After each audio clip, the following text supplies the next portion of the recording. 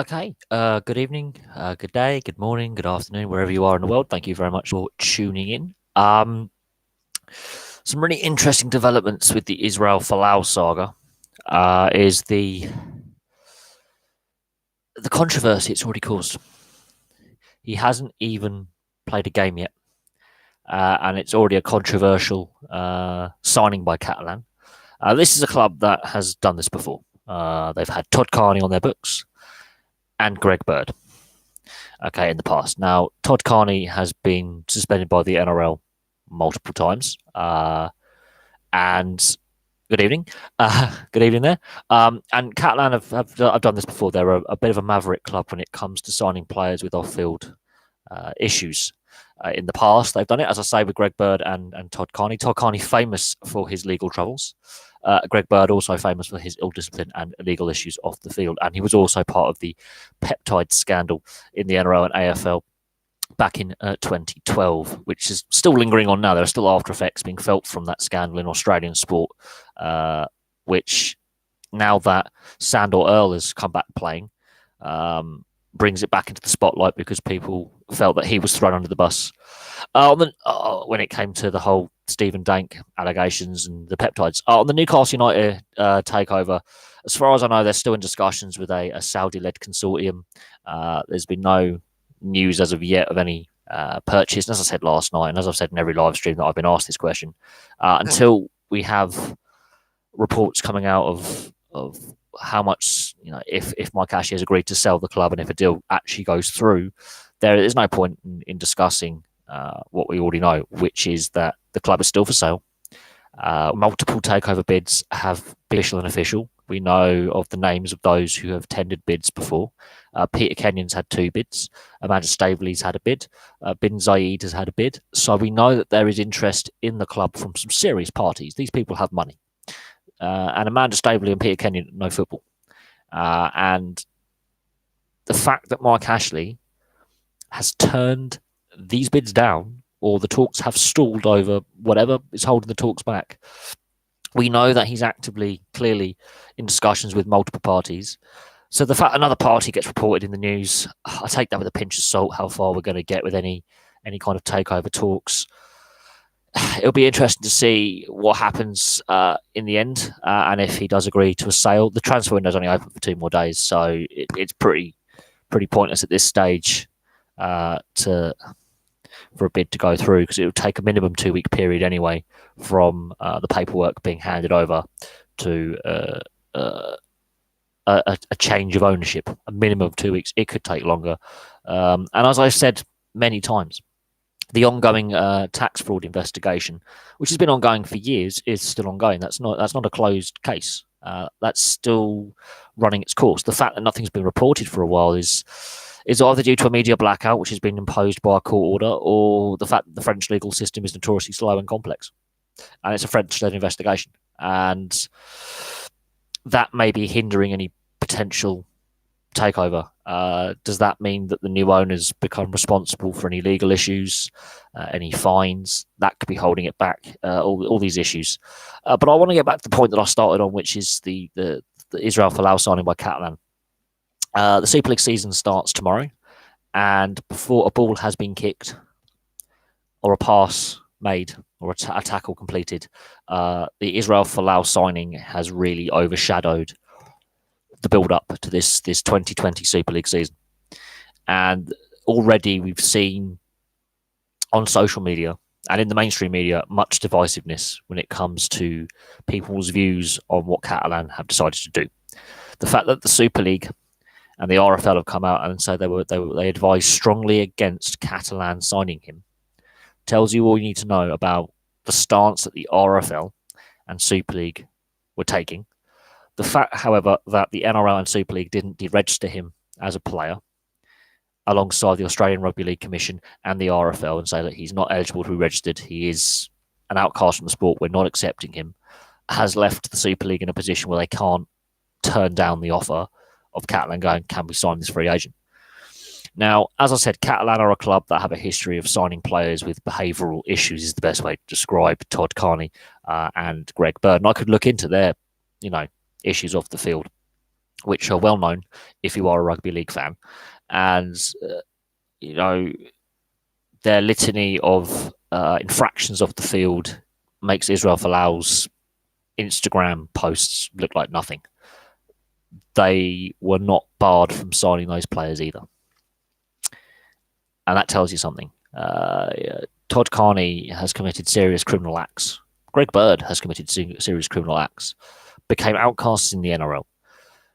Two very talented players who've, played at the highest level, but their off-field antics made it almost impossible for the NRL to keep them because the PR nightmare that those players became, especially Todd Carney. Todd Carney is known as a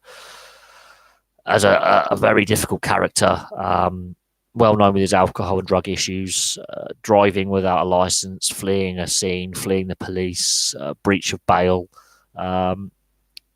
Just basically a nightmare for a team to manage and to have, to deal with. If you are a team manager and you've got to name a squad for a match on Saturday or a match on Sunday, and you don't know where Todd Carney is and he's in your squad, you're panicking going, Christ, we're going to have to front the media again.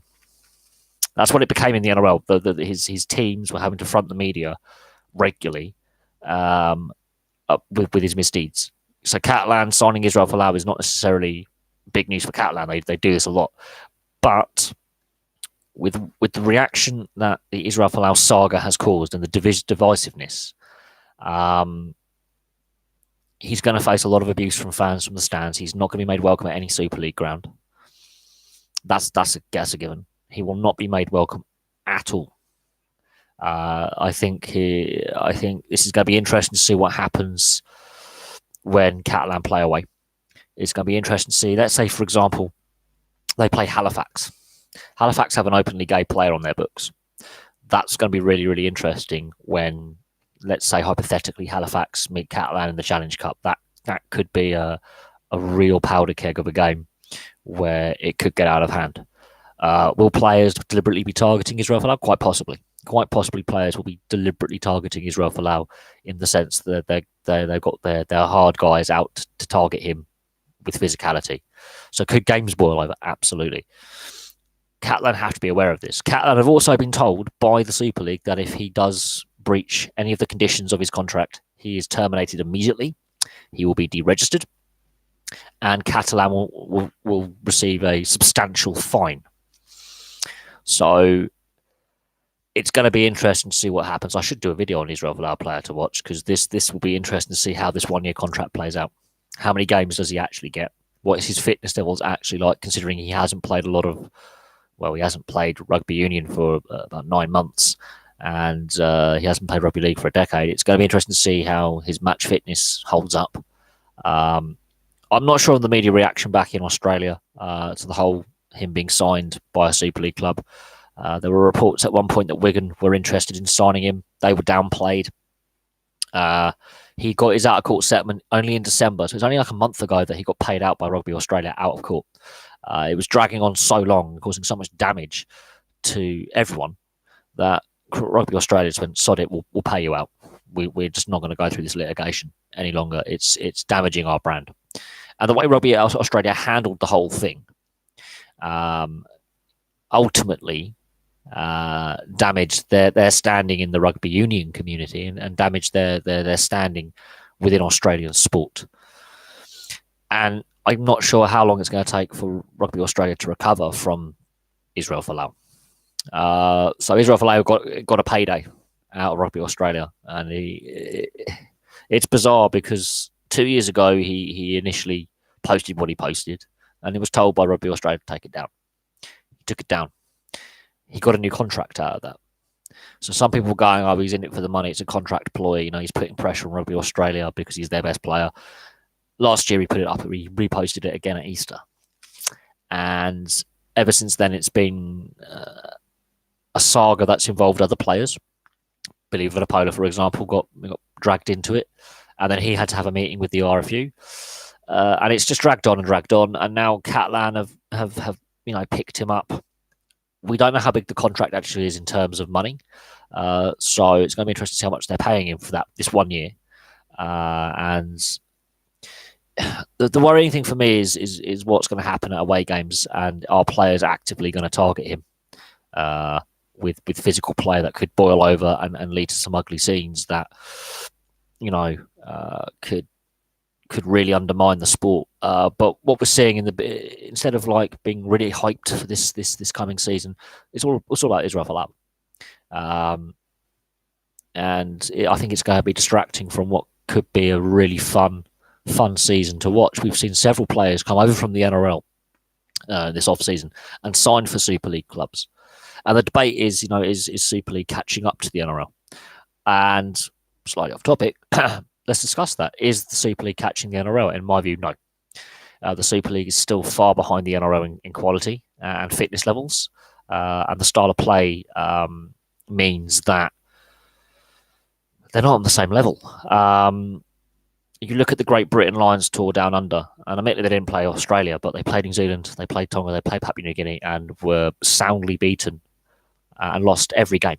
It was a shambles of a tour, and it sums up the problem that Great Britain, well, the home nations have in talent development. That the fact that several key positions, like Blake Hostin, who at international level before has represented Portugal because of I think a grandparents from Portugal, has represented the junior Kangaroos.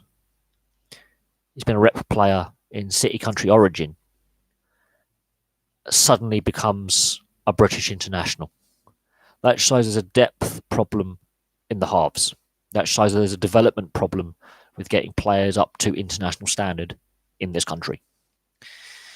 You don't see Australia asking British players who may have a parent who may be born in Australia to play for them.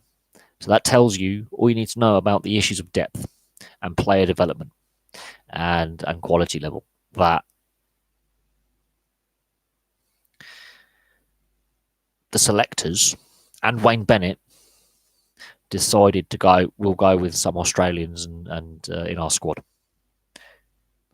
Guys who represented Queensland and New South Wales, guys who've played City Country Origin, who are eligible for selection for either New South Wales or Queensland at Origin level to play for Great Britain. They are eligible for selection for other countries. Can you play for Great Britain? This is the joke of international rugby league. You can just play for whatever country you want, it seems, and represent like 10 different nations. It seems it's an absolute farce. We haven't even got Sonny Bill Williams, who's represented New Zealand at international level, who's now decided to represent Samoa. He wouldn't be allowed to do that in rugby union. He's allowed to do it in rugby league. But while we're getting some of these big name players now coming over to Super League, I think the quality level of the domestic player is still far below the quality level of the domestic Australian player. And I think the reserve grade levels are not good enough. And while it's fun to watch, I love watching rugby league. It's a fun sport to watch and get into and understand. It's quite simple, really. You can see the difference in quality. The 2017 World Cup summed that up. The fight back by Tonga in the semi-final against England summed it up. I think one player in that Tongan side played in Super League on that starting lineup. And the rest were all NRL players. And while there are some Super League players, Jermaine McGilvey, for example, winger, who I think would be a perfect fit for the NRL, they haven't taken that leap of faith and gone, you know what, I'll look at the NRL as an option for a couple of seasons, test my skill set overseas, develop my skill set. Now, Ryan Hall's decided to go to the NRL, but he's been injury prone and he hasn't had a lengthy run in the Roosters side. So, there's the issue. Most of our best players who play in the NRL are forwards, and we have an issue in the halves. We have an issue in depth, clearly, because we're relying on Australian-born players to bulk out our national sides. And it goes from there. And now Israel Folau comes along. So rugby league has got a lot of issues, and Israel Folau is overshadowing the build-up to the Super League season. If we want to look at some other issues, obviously the Kobe Bryant situation, I've been asked a lot about that. Until, as I say, the crash team investigation is complete, there's no further point in discussing Kobe Bryant at length. Um, it's a tragedy, but 9 people lost their lives. And other sports are coming out and saying he was a very inspiration. Wigan playing Catalan LGBT. Now. Oh yeah, Wigan playing Catalan. I mean, yeah, that's going to be that's going to be a powder keg of a game. Real powder keg of a game. And the concerning thing for me is our players. Sod what the fans are going. The fans are going to boo him. The fans are going to give him abuse. Not that's acceptable because that lowers them to his pathetic level. And I do believe on the field he's a brilliant player, but off the field, I think he is not a pleasant person. But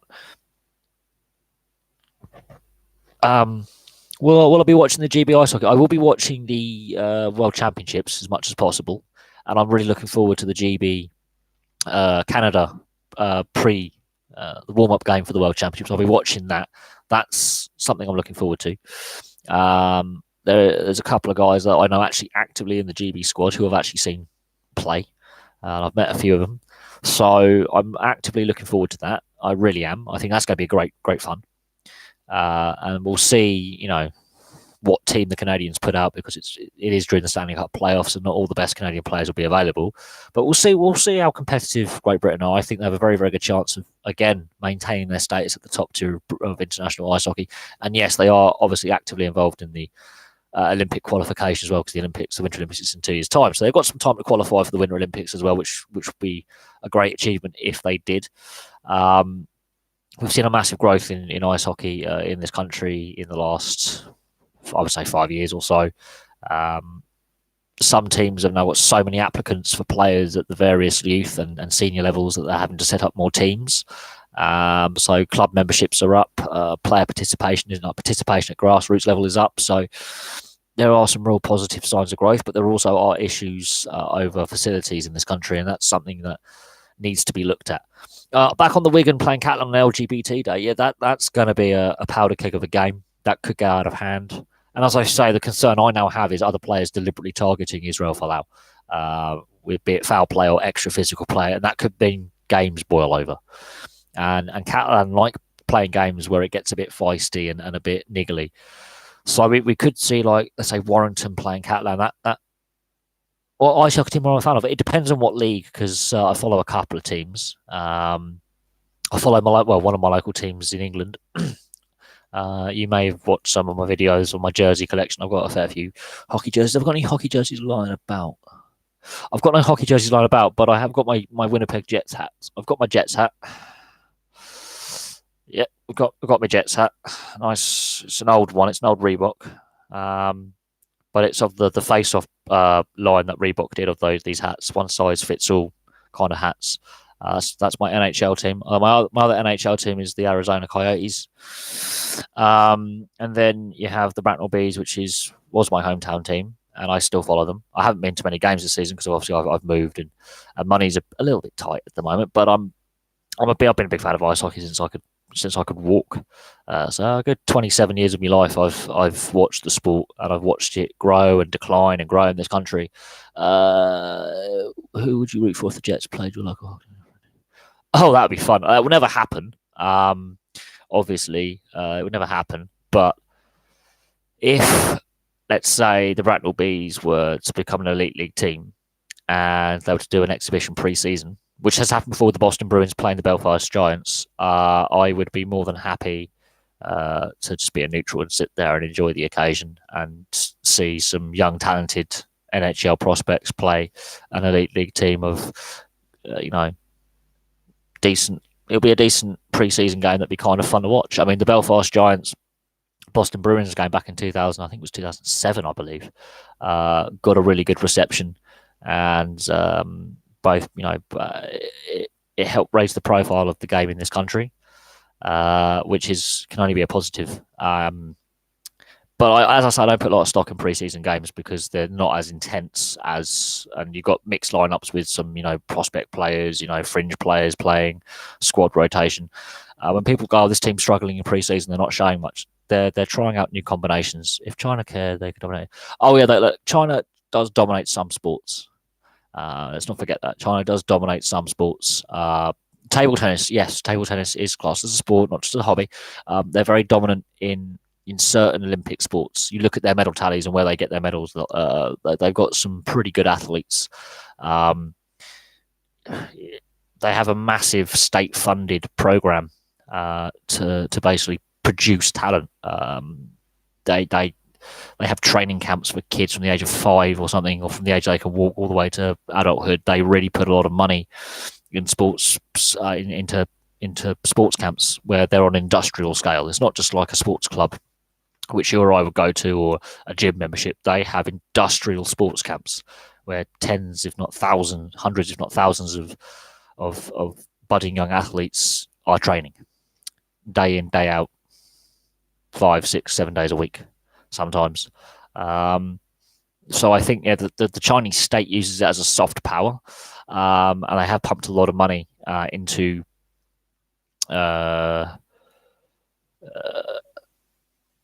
they have pumped a lot of centralized government funds into sports programs. That's why they've got the Beijing Winter Olympics in 2 years' time. That's why they got the Beijing Olympics in 2008. They put a lot of money into sports development, and it is paying some dividends.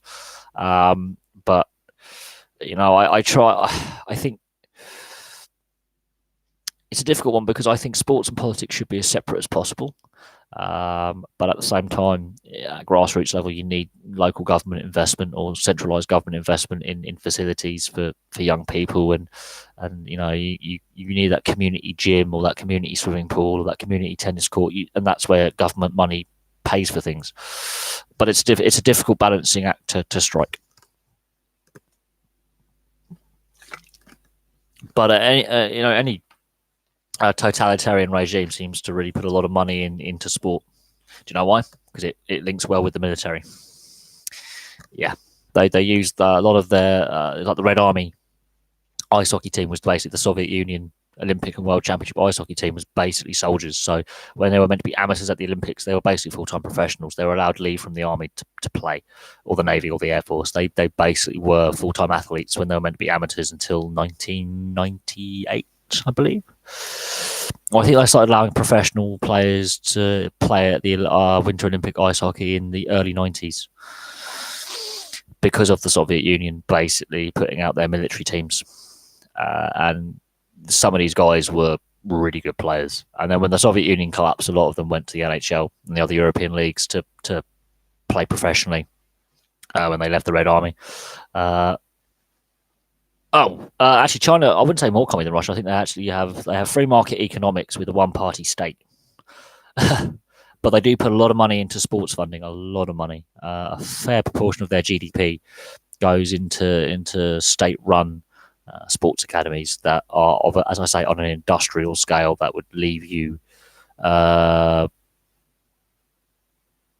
stunned by their size and their rigid military discipline. There's been documentaries on it. There's been articles written about it.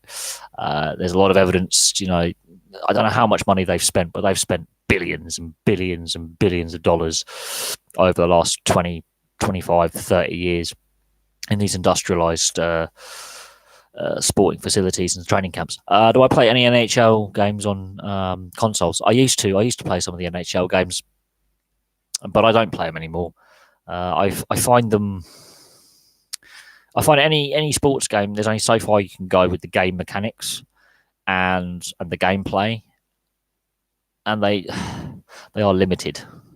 Once you've played one or two of them, you played them all. You're pretty knowledgeable. I should have done a degree in finance. I'm really crap at maths. I'm really bad at maths. But when I say I'm bad at maths, if I've got all the facts written down, I can say, look, X player was sold. Like Christian Eriksen yesterday completed his signing for £17 million, or I think 18.5 million euros, something like that, with add-ons and bonuses. I did do business studies at college, but I didn't carry it on. University wasn't for me. When you work out how much debt you get saddled with that gets taken out of your salary when you hit a certain amount, and you have to pay back, and you're not necessarily guaranteed to get the job that you got a degree in. It does. I mean, university gives you a higher chance of getting a better paid job. That I will admit. gives you a higher chance of getting a better paid job. But university is not for everyone. And if I was to go to university, I'd do more of a history degree or a politics degree or a law degree than economics or business. And yeah, I think Eriksson. I think with Eriksson, I think his relationship with the board broke down over contract talks quite some time ago. But the Eriksson thing's been an ongoing saga for about 18 months. Since the last summer transfer, the summer transfer window before last, there's been rumours about his future at Tottenham for a while, and I think he got to a point where I think the Spurs team have underachieved for years. The players they should have won at least some silverware domestically, or in Europe, and they've come up short in every major game. When it comes to that crunch game or period or series of games, they fall up short. I think Tottenham might regret not having especially behind the scenes, they might regret selling him. I really do. I think they might regret letting him go, and they let him go cheap. It wasn't even. You look at the current transfer market, and with the Neymar transfer a couple of years ago, and the amount of money he went for was ludicrous. 2.5 years ago, absolutely ludicrous. Insane is what. And you got to look what like Harry Maguire's gone for, and Kepa at Chelsea, the goalkeeper. We're talking about the most expensive defender, the most expensive goalkeeper, and the most expensive player of all time. You look at the amount of money they have gone for. That's nearly half a billion euros or something. That is obscene amounts of money that these three players. Plus, you had Mbappe, you had Virgil van Dijk, Ronaldo, all that. You had all these players. Ronaldo went for 90 million. You had all these players together that have gone for real big money in the last 3-4 seasons. That is the equivalent value of the Vegas Golden Knights buy-in, which was $500 billion to get into the NHL. So 5 or 6 football players, their transfer fees over the last couple of seasons equivalent to one of the biggest sporting franchises in North America in that particular league. And how much it costs for them to enter said league. That is insane. That is an insane amount of money to pay on 6 or 7 players. It equivalates to an entire sporting organisation. That's mad. And yes, lawyers are terrible, but not all of them. If you've got a good prosecutor, a good prosecuting lawyer, then they're not so bad. I'm not so sure on Mbappe and Neymar. I'm not so sure that they would actually thrive in the Premier League. Neymar would just, he's a nightmare. I think his attitude sucks. I think his histrionics on the field would bring the game into disrepute. And Mbappe, I think Premier League defences are, I think, a little bit more physical than French defences. I think he might take a few knocks, and then that's when you got to go, we spent a lot of money on these players. They're injured all the time. We're paying them stupid salaries, and they're not fit because they've been tackled out of the game. I've seen. I live literally where I used to live. I was 5 minutes away from a non-league football club, and where I now live, I'm 10 minutes away from a non-league football club. So, within walking distance, I'm near a National League club in Maidenhead United, and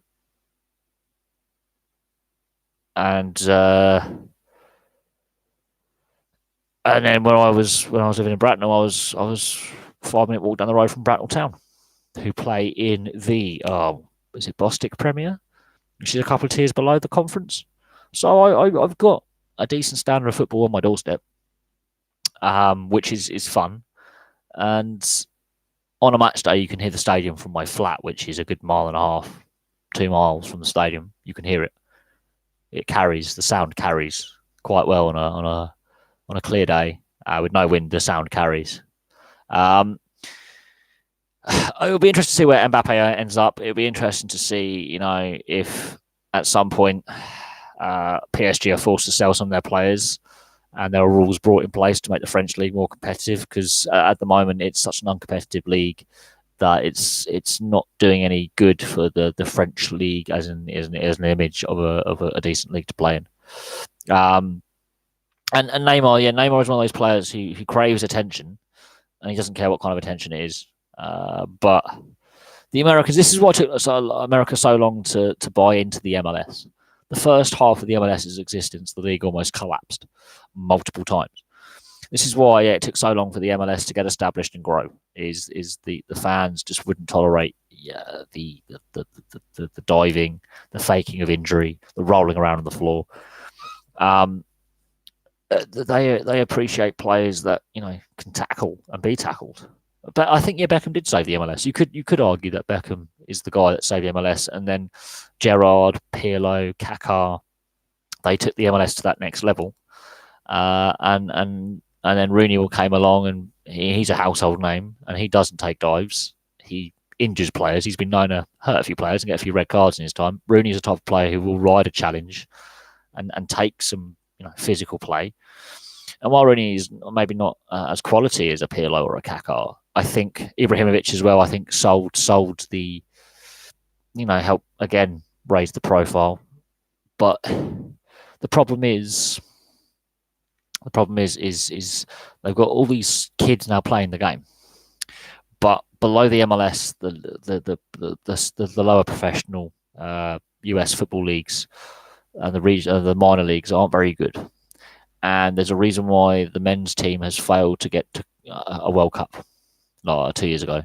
And there are issues with maintaining the interest from these kids playing at grassroots level and keeping them in the sport post the age of 18, 19 when they finish high school and they go to college or they go into the workplace, and keeping them interested in playing at amateur or semi-pro level. The money isn't there because the MLS is not governed by the US Federation.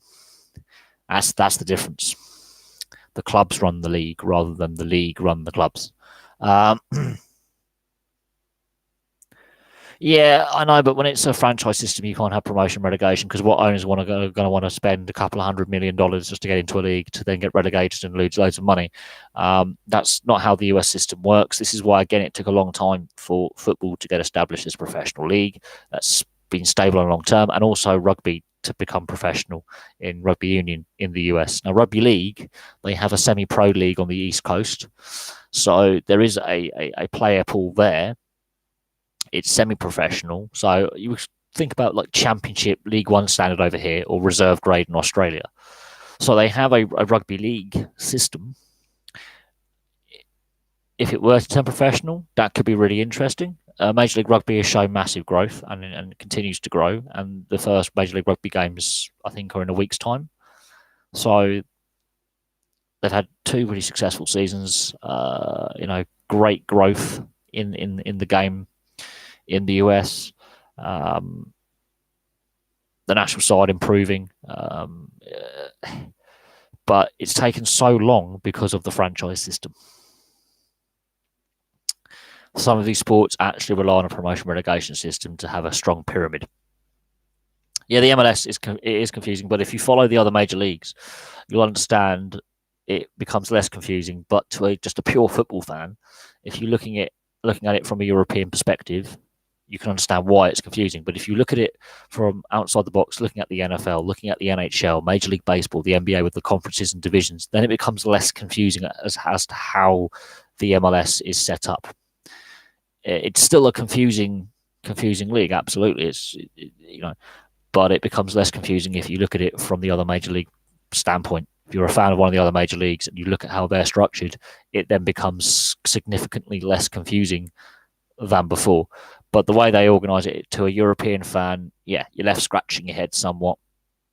You're left a little bit confused. And as a football fan, you go, there's no promotion relegation. It's a thing. But I suppose I'm lucky in the sense that I watch a lot of leagues where there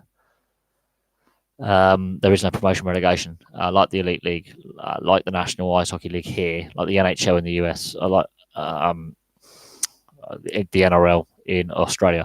David Beckham is still the biggest star ever in football. No, I don't think he is. I really don't think he is. I think he's one of many. He's not the first superstar in the game.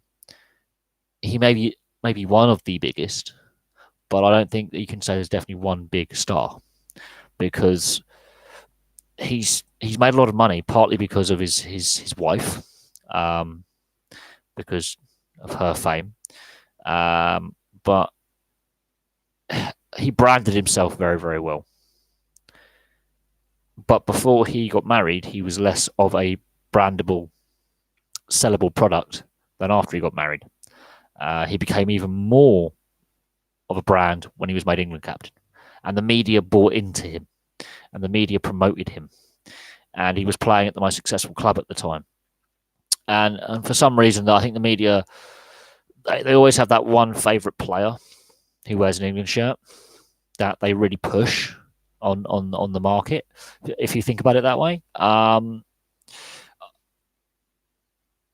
yes, he did go, I think, when he was still possibly at his peak. And he still played internationals for England when he was playing in the US as well, which loads of people went, that's ludicrous. No, he did go while he was still technically a top flight player in Europe.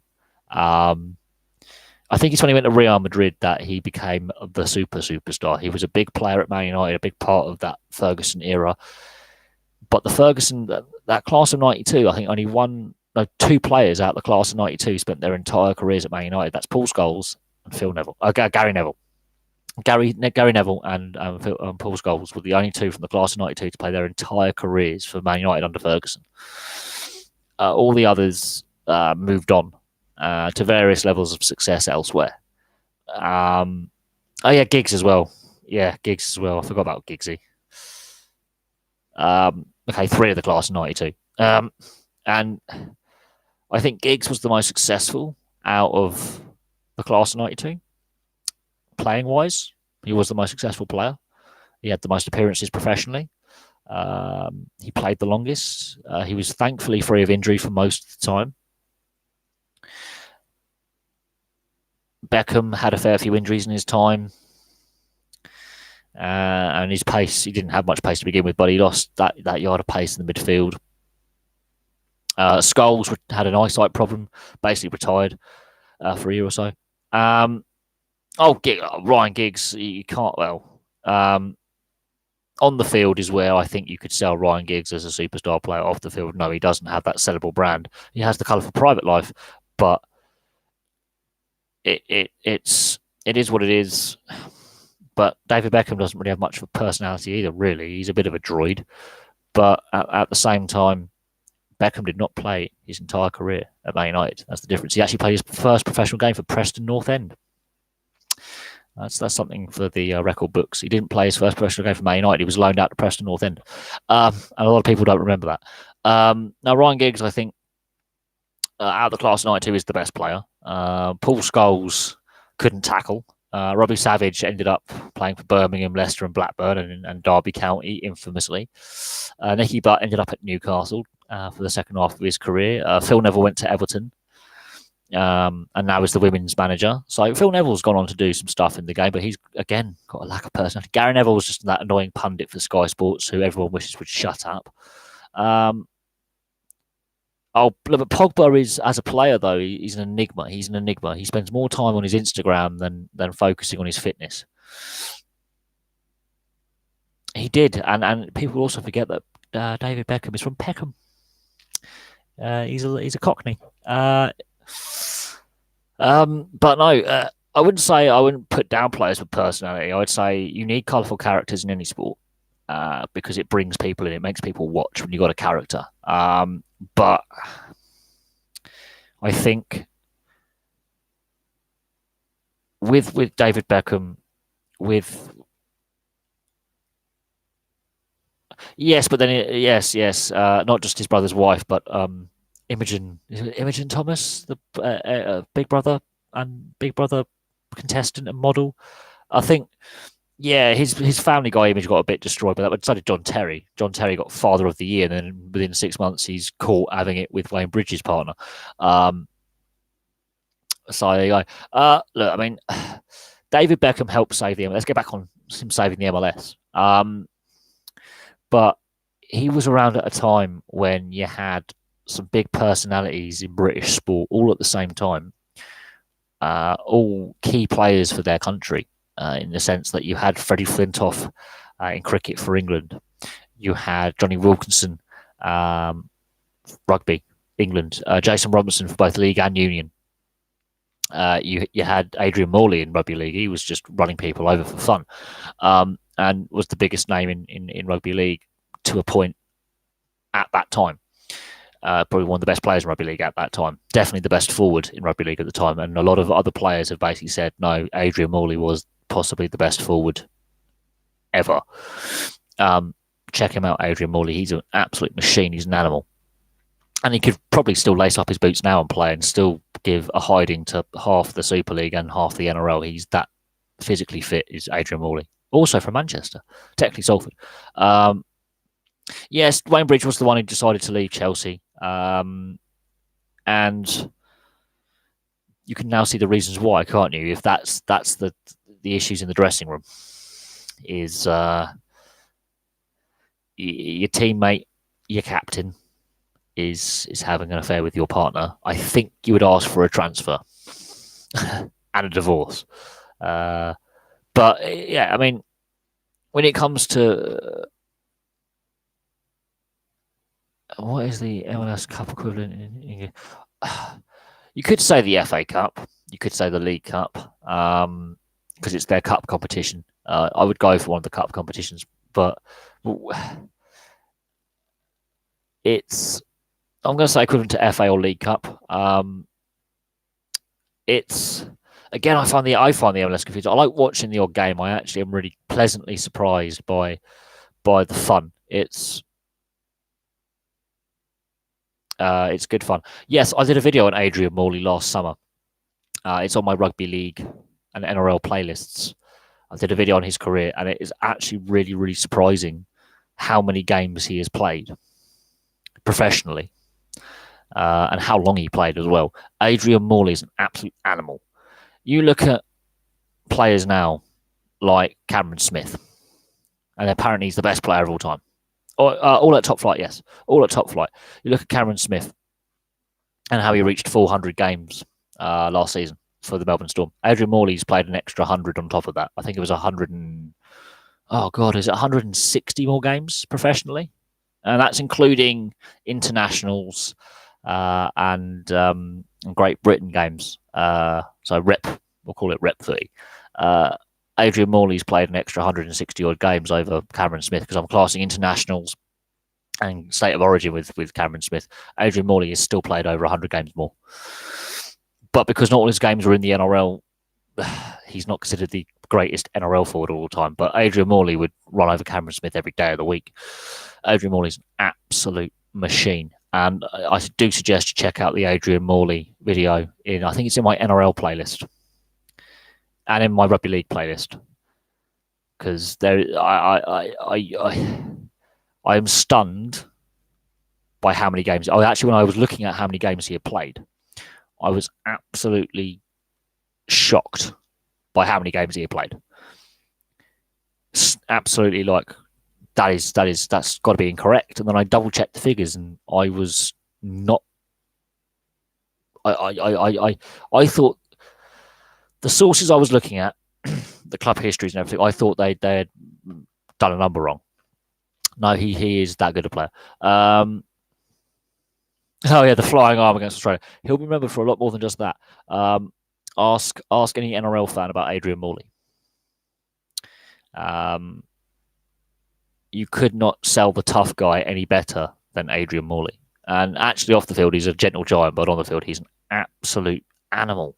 And I do say now that I do honestly believe right now he could lace up his boots and he could play for any Championship or League One side part-time, and he would still be better than both those leagues combined.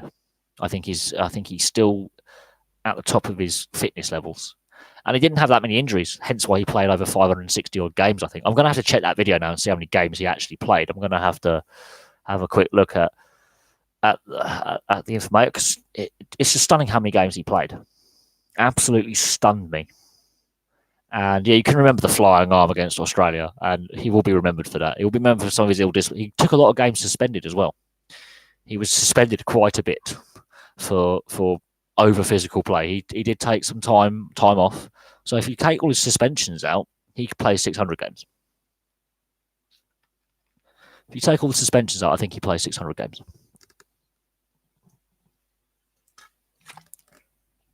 600 games easy. He could have played. I think he comes up just short. I think it's. I'm definitely going to have to check how many games he's played now. Let's have a look.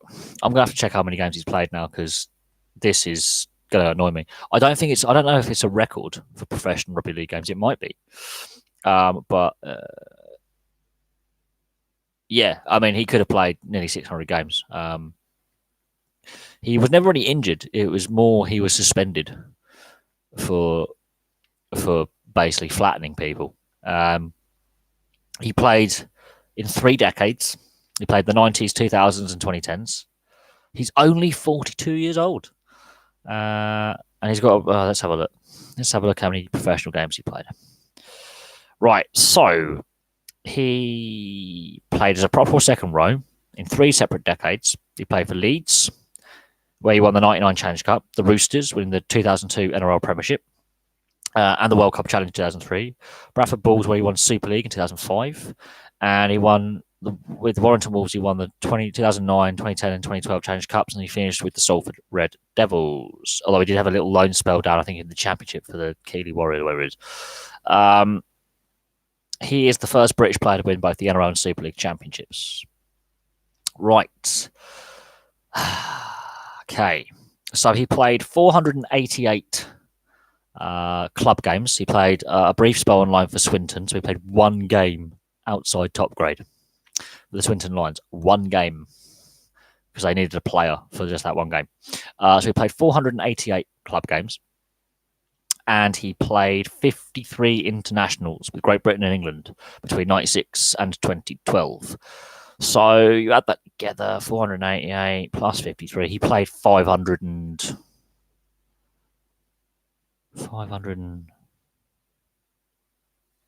No, he was online at Bradford. He only played the 6 games. I remember that in my video.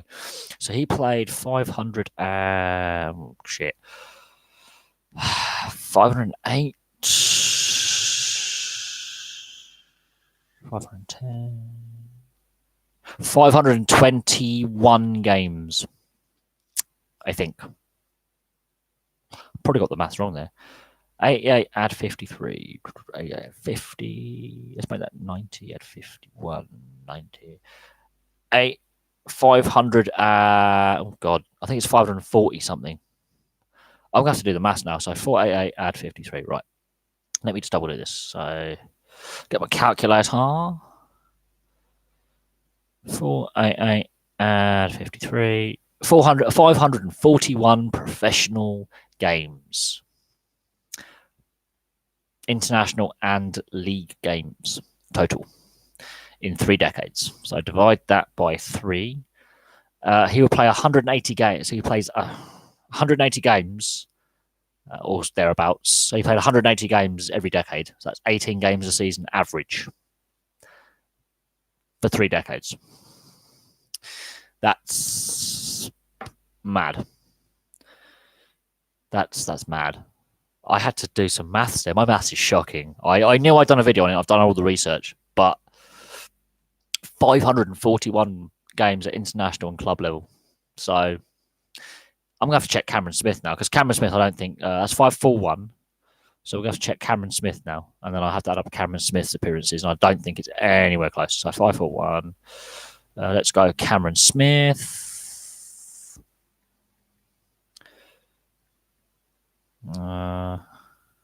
Cameron Smith. So 541 is the number we have. No, I don't want that. I want... shit.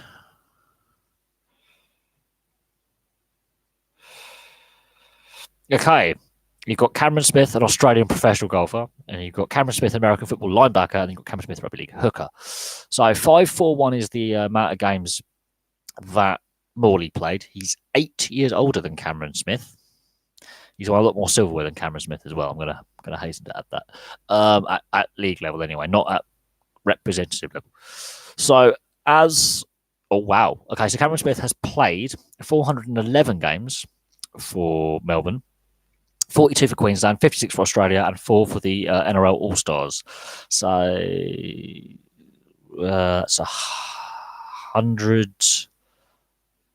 102 games representative, plus 411 is 513. So Adrian Morley still has a whole season basically over Cameron Smith. And Cameron Smith is now retired from Queensland and Australia, and he won't play in the All-Stars again. So Cameron Smith is probably not going to play as many games as Adrian Morley. Cameron Smith will not play as many games. He'll come up just short or thereabouts. He could just surpass him in first grade games if Melbourne Storm win the grand final. And that's go by like 1 or 2. Adrian Morley could also play second row as well. So Cameron Smith has an opportunity to possibly overtake Adrian Morley for appearances. But I'm not even sure if Adrian Morley has the record for the most appearances. I'm going to have to find out the record appearances all time in rugby league because I don't think it's Adrian Morley. But Adrian Morley's ahead of Cameron Smith. And he played for longer as well.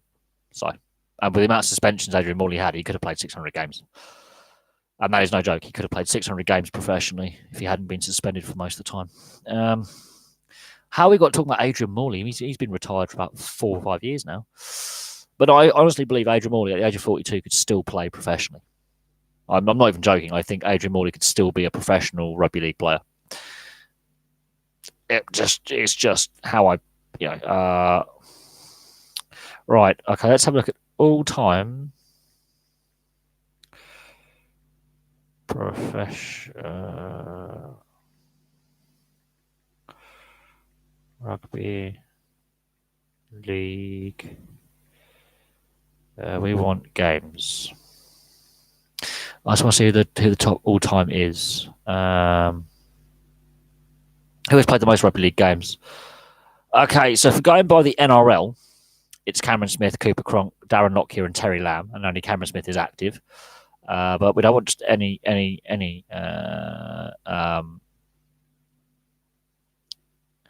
all-time professional. I've got to try and sod off. All-time professional rugby. Oh, fuck.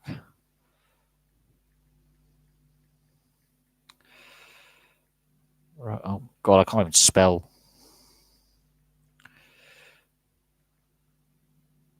That's it. All-time rugby league appearances. All-time records. Here we go. We're now looking at all-time records on rugbyleague.com. Right. Most in a match, most in a season, most in... Okay. The most matches...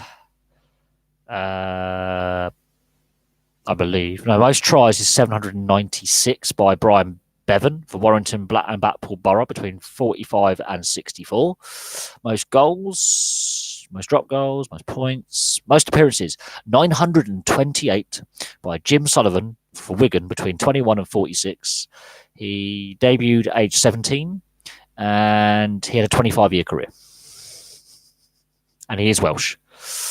The longest run of consecutive games is by Keith Ewell, who made 242 consecutive appearances for Widnes.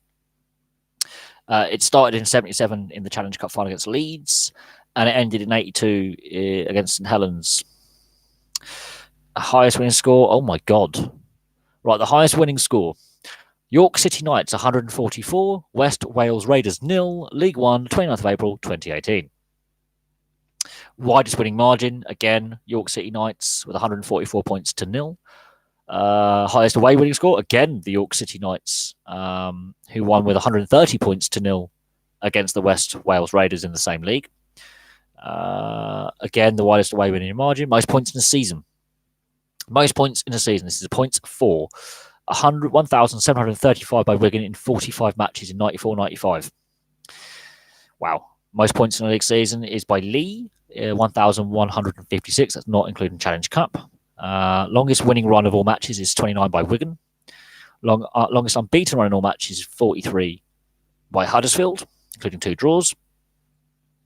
Longest winning run of league matches, longest unbeaten run of league matches, 31 by Wigan. Longest losing run is Runcorn Highfield from 89 to 91 of 61. Oh, God. That's longest run without win is 75 by, again, Runcorn Highfield because there were draws in there. And again, Runcorn Highfield losing 55 league matches in a row.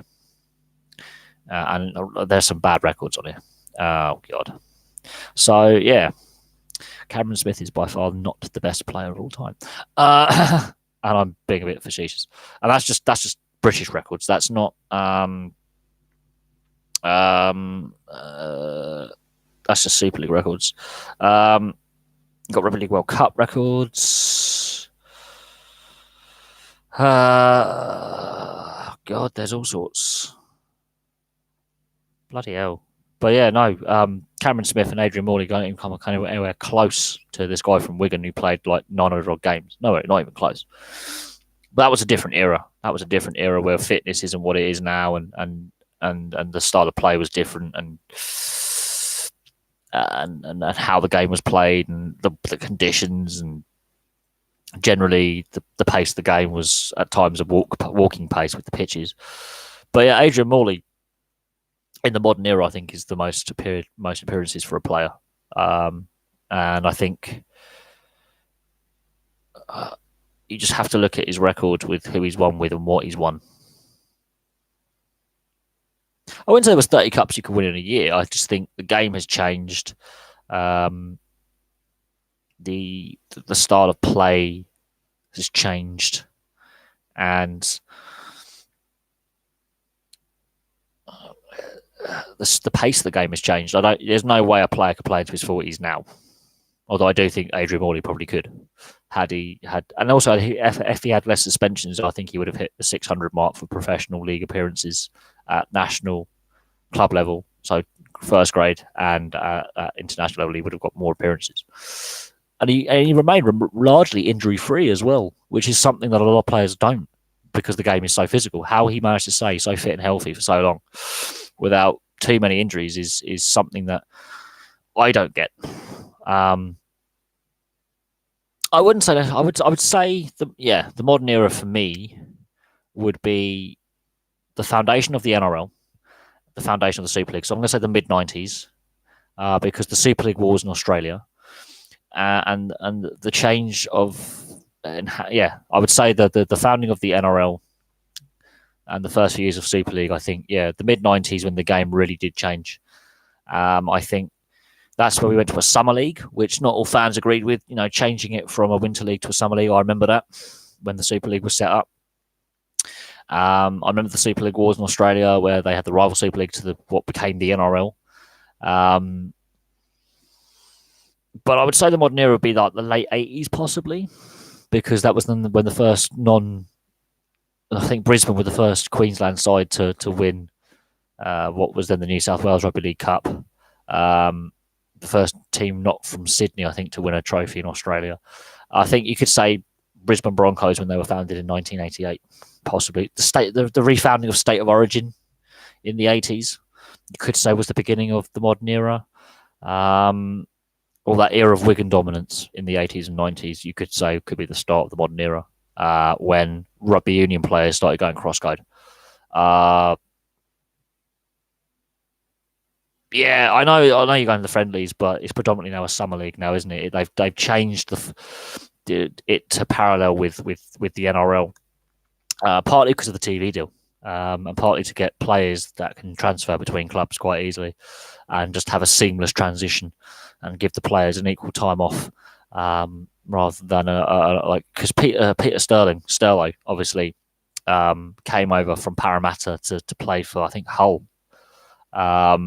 Or Hull KR, I can't remember if it's Hull or Hull KR, and he missed out on State of Origin, and he didn't get a break. Basically, he played 24 months solid, pretty much, because he came over for that half season. The winter season, summer season, that kind of thing.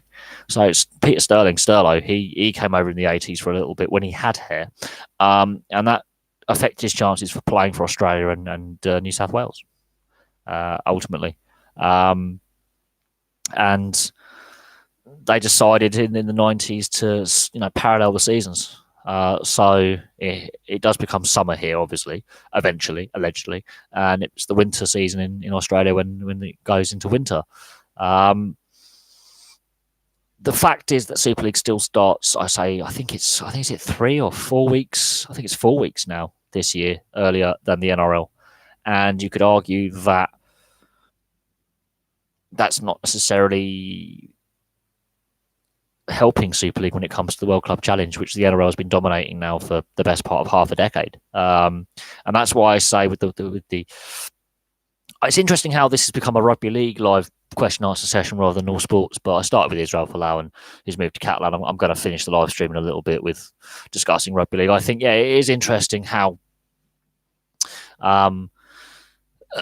the Super League season and the Championship and League One seasons start a month earlier or thereabouts over the NRL, even though the Charity Shield between the Dragons and the Rabbitohs is in February. I still think that having the Super League season start early doesn't necessarily benefit the Super League because they get less of an off season, it seems.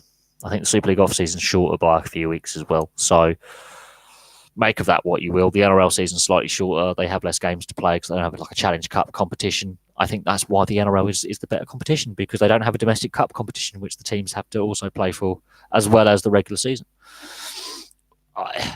You could say Wigan and Brisbane in the late 80s, early 90s made league what it is. You could say that. You could also argue St Helens had a brief period of dominance as well in the 90s, where they were also one of the teams to beat. And then Bradford Bulls and Leeds Rhinos, I think, have carried on. The Bradford Bulls that transition period, and then it became the Leeds Rhinos for the last decade or so.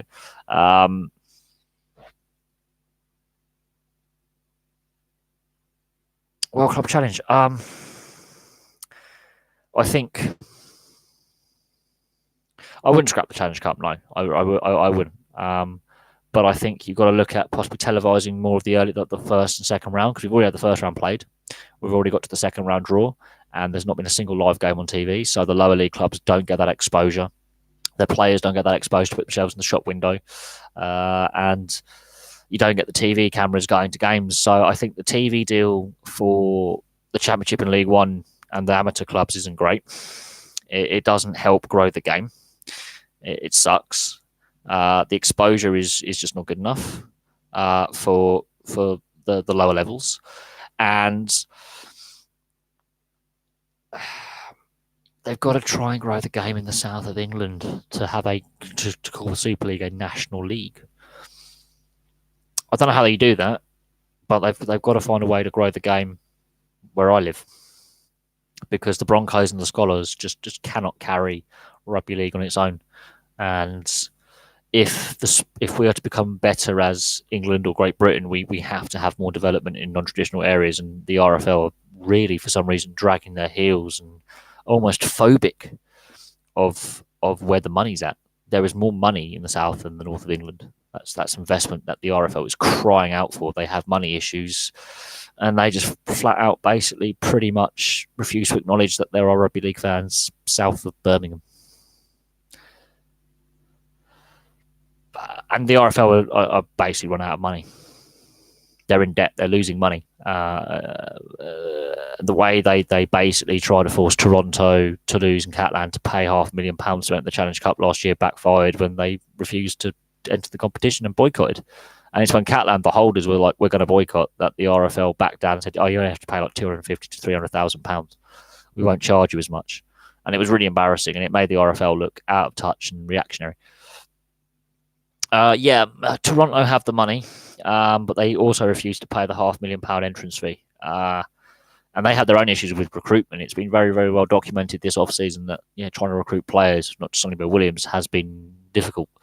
And a lot of rugby league fans want the Wolfpack to fail, which I think is bizarre. If you want to grow the game and grow the player base and make the game more competitive globally, you're going to have to go to non-traditional locations. And I just find it bizarre that some sections of the rugby league fan base and some sections of the rugby league fraternity want Toronto to fail.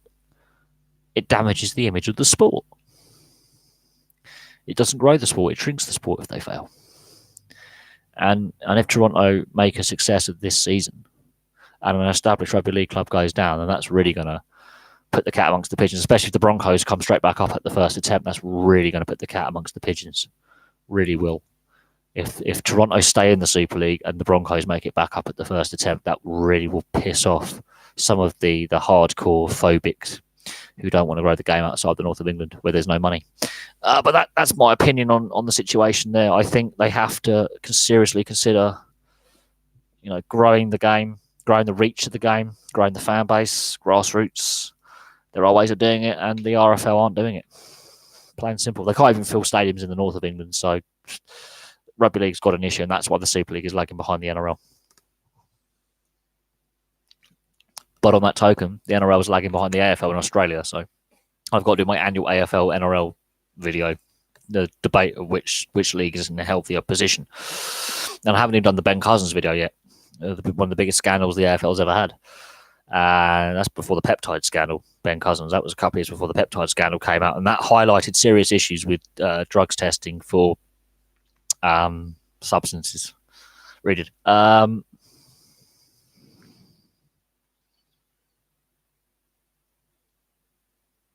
yeah, they've won the two leagues below. They lost against the Broncos and then won the following season, so they went through a defeat to then earn the right to go up. They won the League One. They didn't win the championship because the Broncos beat them that first season, and in the last season they finally got over the hump. So I think they have earned it in a sense that they've had to get promotion, and it took them a season longer than they planned. But the locals are buying in, so if you can sell out a stadium 10,000 people every week, 15,000 people every week, you're doing something right. And if the traditionalists, basically the bigots in charge, don't want that to work, then that's just a no-brainer for me that they're out of touch, because they're now trying to portray in the media that they want Toronto to fail, which then gets the knuckle draggers, some sections of people want Catalan to fail as well, which I think is bizarre because they've got to 2 Challenge Cup finals and won one of them. And they've just, even though Israel Folau is this divisive topic, they've just added one of the greatest rugby league players of the modern era to their lineup. I don't know. I think, yes, Toronto have money, and they've spent a fair bit of money, and most clubs in rugby league are struggling cash-wise. And at the moment, there isn't that British player who is the superstar. Sam Burgess has retired. So, at the moment, the Leeds-Bradford rivalry's disappeared because the Bradford Bulls are basically financially done. They don't have a home. They're not playing at Odsal because the RFL own the stadium, and they balls that up. So there's governance issues with the RFL as well, and their direction and their thinking is flawed, massively flawed. And until they can grow the game in the south of England and get that investment, and they can grow the game in North America better and in France, and really take it seriously to the sense where they're not charging those teams money to enter that aren't English, then the game is not going to grow. It's going to hinder the growth of the game by making the non-English teams feel like outsiders and not welcome in a league that they have signed up and agreed to. Yeah, they already have more attendance than, I think, 10 Super League sides. I have higher attendances than. So you're telling me that's not a success and people aren't buying in? If they can get Canadians and Americans and grow the grassroots game in North America, then for me, that's a success. Personally. If they can get an academy system where they can develop young players, if that academy system has to go down the East Coast League where they play rugby league in the US and Canada and cherry pick some of the best talent playing semi-professionally and give them contracts and grow the game. But yeah, they have to get a couple more teams in North America. They have to, if it's to be a truly successful attempt at growing the game.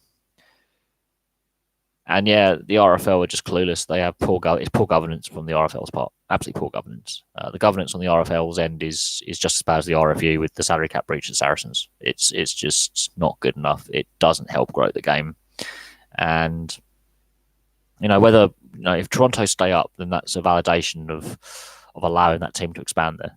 And then they have to seriously consider if the Broncos get promotion back again to the Super League, then that really creates the conundrum of why are we hindering the development in non-traditional locations? And you have to ask the question of why they're hindering the development of teams outside the north of England, outside the M62. If Toronto can stay in Super League and London make a bounce back, it really defeats the argument of the non-traditional locations not working. And for most of London Broncos' existence as the Broncos, they've been a Super League side, apart from, I think, 4 seasons or 3 seasons. They've basically been a Super League side since the Super League's inception. So for them to say, the game doesn't work outside the traditional areas is a lie. Absolute lie.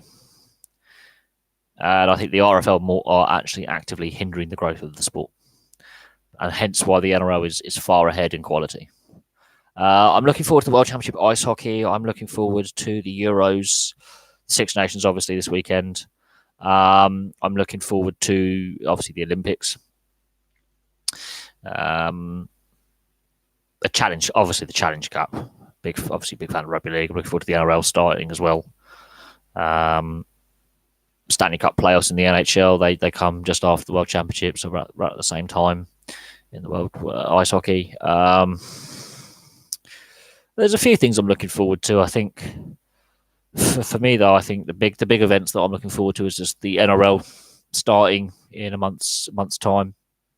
The World Championship Ice Hockey in April, May time. The Euros in the summer. That's going to be fun. Because the hours I work, I will actually be able to watch every single game, which is fantastic. So I can cover a lot of games this summer. I do like the London Broncos, but they're not my favourite team. They're my local team. They're only, I think, 5 stops on the train for me. 6 stops on the train. Ealing Broadway, I have to get out to get to Trailfinders from Maidenhead or Taplow. So it's only a 20-minute train journey. So it's not actually as bad now that I've moved than what it was before, where it would have taken me an hour and a half, 2 hours to get there. Now it would take me 20 minutes. So I am local to where the Broncos play, which is good. I was local, but the transport links means I would have to get several buses and several trains, whereas now it's just one train and a cab ride, whereas before it would be 2 trains and a cab ride minimum, or a bus and a train and a cab ride. It was more difficult to get where I had to go. But now that I'm, as I say, more local in the sense that I've just moved 8 miles up the road north. I haven't actually moved any further east. But it's just that little move, and I'm on the right railway line.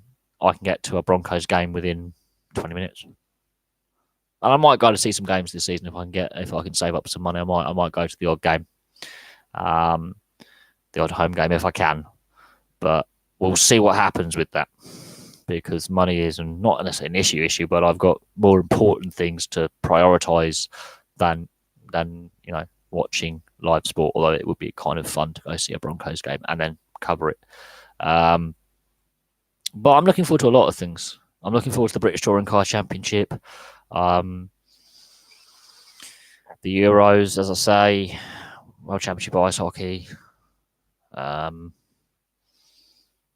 yeah, the Super League kicks off tomorrow. And the AFL as well. I'm looking forward to this AFL season. I might actually watch a few more games this season than I did last year. I think Trailfinders, it's a small ground. It could be better. It could be better. It's not the biggest ground, but on that token, the Broncos have had an issue with finding stability of a home ground. If they can find a ground to call home permanently, then I think they would have more success in being a Super League side. And they were very close this season on staying up. So I think, the Broncos need to obviously get that permanent home, which they've never had. They played at Craven Cottage. They played at Charlton Athletics Ground, the Valley. They played at the Stoop. They played up in Barnet, and now they played in Ealing. So they haven't had a permanent home in their entire existence since 1982. They've moved all over the place. They've moved all over London.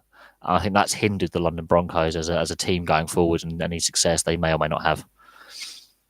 And it would be nice to see them get a permanent home ground where they can call home, and a good lease on the ground possibly, because they are currently renting Trailfinders from the Ealing Rugby Union Club. They're a tenant there. They don't own the stadium. They're renting space at that stadium. They're renting time at that stadium, which is where I think it holds them back. It holds them back not having their own home ground, and that's the problem. Once went down there, took hours there and back, and lost 60-0. That was easy. That was easy. Oh, look, you're not going to win. Sometimes the away days can be brutal when your team that you travel hours for lose. It can be brutal. And that's another problem is the fact there's no other real teams. The Scholars is the only other team nearby, and they don't obviously play in the same division. So that's an issue in the sense that they're not playing in the same division, and all the other teams aren't local. So this is where you need to grow the game in the south of England and have more teams south of Birmingham playing in the League One and Championship, because that will reduce away days for a lot of fans, and that will make things so much easier. But losing 60-0 away from home is pretty brutal. I'm not going to lie. That's pretty bad. To travel all that way from the north of England south and then have that battering and then go back north, it would be nice to see that.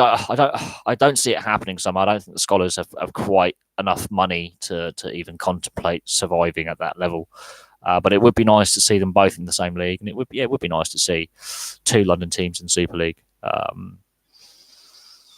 It'd be nice to see both teams in the Championship, to be fair, actually. And if the Scholars can get the same level as the Broncos, that could be a nice little rivalry that you get there. But that's the problem is that's it. Outside of that, you've got, I think, the nearest other rugby league semi-pro team, I think, is Coventry. So that's the issue, is the development of the game in the south and the southwest and East Anglia. I mean, Lincolnshire, Grantham, rugby union town. It should be prime league territory and it's rugby union. So the east of England, the south of England, the southwest, rugby league's ignored for too long, and I think it's actually harming the sport rather than helping it grow and helping it, get better TV, TV deals and better viewership figures and better crowds, because they're not taking where the money is seriously, and they're relying on an area economically that's not as wealthy as other parts of the country and very limited. Oh yeah, I know the Hemel Hempstead Stags. Hemel Stags, they existed. I'm not sure they're going anymore. I think they might be the London Scholars now, actually. Oxford had a team. I think it was made out of university students at one point. But this is the problem. They had teams. They no longer have teams, and that's the issue. That's the big problem, is they had being the word. They no longer exist. And that is a massive, massive concern going forward, is these teams no longer play. So you've already lost a grassroots club or two there. You've already lost a lower level on the pyramid club, and that cannot be good. That cannot be healthy. That's where rugby league has a problem. Is that's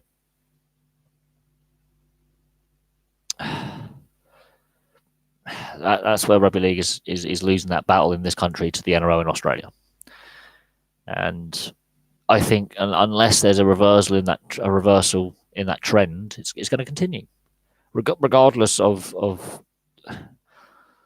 how the Super League does. If you can't have the grassroots providing the players to Super League and the Championship and League One, if you can't have these players playing grassroots at youth level or amateur level to be picked up by a semi-pro professional side and then get put in the system, if you can't feed the system eventually will dry up, and then you haven't got enough quality there to challenge the Australians and the New Zealanders, and that's the problem.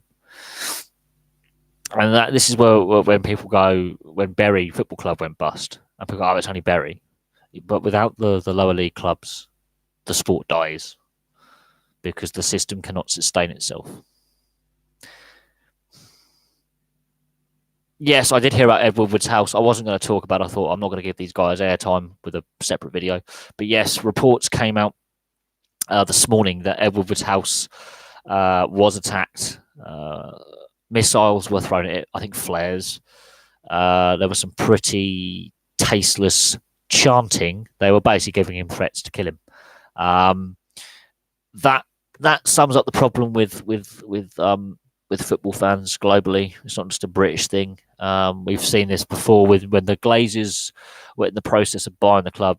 Ed Woodward's predecessor had a similar thing happen to him as well. This is not a new thing to happen when it comes in relation to the ownership of Man United and the fans' displeasure. This has been an ongoing issue for 16 years that the Glazers have been in charge or had shares in Man United. I think it's about 16, 17 years, something like that. So this has happened before, not to Ed Woodward, but to his predecessors. And it is worrying, that. But he has become a figure of hate for many who support the red part of Manchester. He has become a figure of dislike. And there are those who are critical of the transfer policies. Oh, no, you can get a freedom of information request. And because Man United is a public limited company, their employees, their addresses will be available upon request. It doesn't help that he is the Glazers' boy. It wasn't as if he was there beforehand and he's worked his way up through the Man United administration in the office side of things. He was appointed by the Glazers. But Ole Gunnar Solskjaer played for the club before the Glazers was there. He left the club before the Glazers. Well, he didn't. I know. I think he retired while he was still a player there. While they took over. But Ole Gunnar Solskjaer was brought. Yeah, he was brought in by the Glazers. That doesn't necessarily mean he's their yes man, because Mourinho was brought in by the Glazers and he has been very critical over the control of transfers. Ed Woodward is in control of transfers. Now, what you need is a director of football. Ed Woodward has made the Glazers a lot of money to pay off the debts they have in order to run the club. The Glazers, as a family, they're not as wealthy as you think. They rely on a lot of loans for their business transactions. They're asset rich. Tampa Bay Buccaneers, Man United, for example, their assets make them a lot of money. They're cash poor. They're relying on loans. They're relying on debt. And a lot of people think, oh, yeah, but the Glazers have pumped much money into the club. It's not their money. It's someone else's money. They have to pay that loan back with interest. So when Ed Woodward's making Man United money, Man United itself is making money. However, Man United, the business, is also riddled with debts that it owes. It's basically surviving on credit. And if the Glazers were to sell up or to stop investing as much money, they've still got to service that debt. And that's one of the reasons why the fan base is unhappy. It's not that they're not winning as many trophies necessarily. I think that's part of the reason. But the lingering dislike with where the Glazers... I think Man United have got more than 300 million. I know Blackburn at one point, I think, hit £260 million in debt, and we're in the Championship. No, it's more than that. We're talking, I think, when the club was bought, yes, you had interest onto the debt when the club was bought. We're talking a lot more than that. In structured debt, unstructured, I think there's a bit of cooking of the books to make it a little less, but they're basically relying on short and medium term loans. So it's not their money necessarily fully that they're pumping in. The Tampa Bay Buccaneers is exactly the same. But with them, they've only won the one title. With Man United, they've won multiple bits of silverware. So they've realised the more successful business that they have, sports-wise, is Man United. But they did exactly the same thing when they bought Tampa Bay. I can imagine them to go. I can actually imagine administration. I can. And it's like with West Ham. West Ham have announced massive losses this last season, and West Ham have predicted that if they go down, they are done. They are in trouble. And West Ham are in a relegation fight with David Moyes as manager. You work that one out. Well, that's not what I wouldn't want David Moyes as West Ham. Oh dear, no, didn't work out very well last time. But yeah, I can actually see a situation, a scenario where Man United are actually in financial trouble if they fail to make the European places this season and fail to win the Europa League or the FA Cup, for example. I don't know how they're doing in the League Cup this evening, but if they fail to win the FA Cup, let's just go FA Cup, which means automatic European qualification, by the way, because the Cup Winners' Cup has been taken away, so you can whatever. Which is why we have so many European places in the league. If they fail to make European football next season, Man United are in trouble. If it happens for consecutive seasons and they sack, let's say they sack Solskjaer and they've got to pay him his compensation payments like they paid Mourinho, and they keep doing that, Yes, I don't want City to win a trophy at all this season. I really can't stand Man City because, again, it's a team that's bought the league, whereas Man United is a team that's incurred stupid amounts of debts to win the league over the last, since they last won a trophy. They've won a few trophies. Man United's business model relies on loans and debt, and Man City relies on, United Arab Emirates and their financial reserves. No, the League Cup is a real trophy. It's just been devalued for the last 20 years by UEFA taking away the Cup Winners' Cup. The domestic cup competitions have been devalued since they brought in the World Cup Championship, with the winners of all the continental cup competitions play that stupid intercontinental version of whatever it is. When Man United decided to give the FA Cup a skip for 1 year, that's when it was, I think, 2000, 2001. But this was in the aftermath of the Cup Winners' Cup being scrapped by UEFA in 1999. That's when the League Cup and the FA Cup lost their value. That's why the French are scrapping their version of the League Cup. That's why the Germans don't have one anymore. The value of the domestic cup competitions has diminished over the last 20 or so years because of UEFA. That's it. You bring back the Cup Winners' Cup, straight knockout, and you change the format of the Champions League from group stages and Europa League from group stages to just straight knockout like it used to be, like the old UEFA Cup used to be. Teams will take European qualification far more seriously and those games far more seriously. And also get rid of the semi-final home and away legs. Just make it a straight knockout. Please. And the EFL trophy's been devalued as well for the lower league clubs, with the youth teams and reserve teams from the Premier League and Championship clubs playing in it. That's completely devalued the EFL trophy, which was the Football League trophy. It's now the English Football League trophy, EFL. No, it's just the Football League trophy. Come on. Or St Johnston's Paint trophy, you want to go for sponsorship reasons. The domestic cup competitions have been massively devalued, yeah, absolutely. And they continue to be so. And I don't know where we go from here with the domestic cup, because some of the best moments in English football have come in the domestic cup competitions, be it League or FA Cup. Doesn't matter. The fact we have to call it the Carabao Cup is where it's been devalued. It's been commercialised to the point where no one cares, by a cheap Thai energy drink. That's just...